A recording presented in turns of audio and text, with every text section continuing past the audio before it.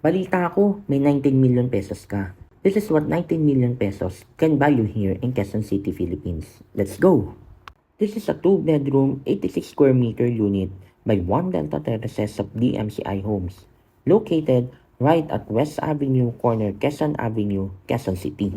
Here, you get a living and dining area, a spacious kitchen, toilet and bath, 2 bedrooms, and your own balcony with city views.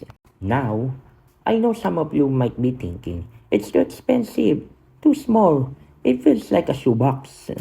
I'd rather buy or build a house, whatever works for you. But we're not only paying for the unit here, we're paying for prime location, security, convenience, short-style amenities, and long-term ROI.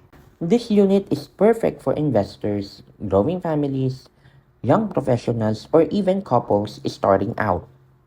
Around the area, you have SM North EDSA, Trinoma, hospitals, schools, offices, and restaurants.